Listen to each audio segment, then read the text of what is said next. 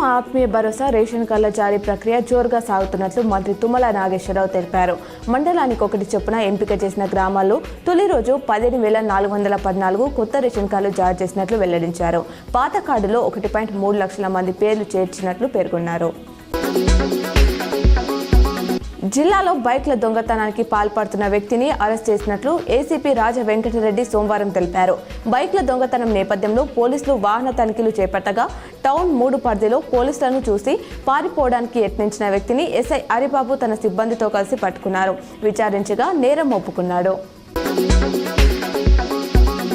గోదావరి నది జలాల్లో తెలంగాణకు కేటాయించిన వాటాలను కాపాడేందుకు కేంద్రం చర్యలు తీసుకోవాలని బీఆర్ఎస్ నేత హరీష్ రావు కోరారు.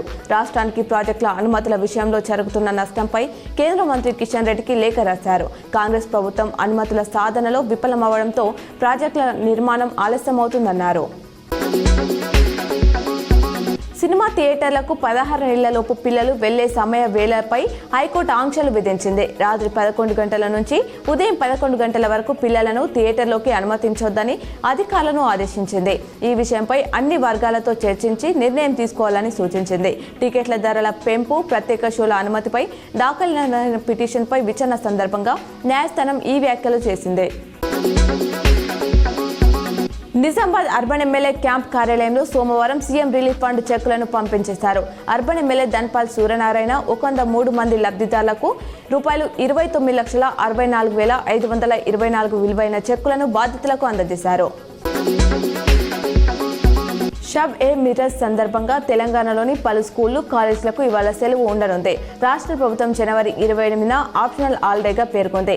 దీంతో మైనార్టీ విద్యా సంస్థలు హాలిడే ప్రకటించాయి. మిగతావి తమ స్వీయ నిర్ణయం ప్రకారం సెలవును ఇవ్వచ్చు లేదా తరగతులు నిర్వహించవచ్చు అని తెలిపింది. దేశంలోనే రెండో అతిపెద్ద గిరిజన జాతరగా పేరొందిన నాగోబా జాతర సందర్భంగా సీఎం రేవంత్ రెడ్డి శుభాకాంక్షలు తెలియజేశారు.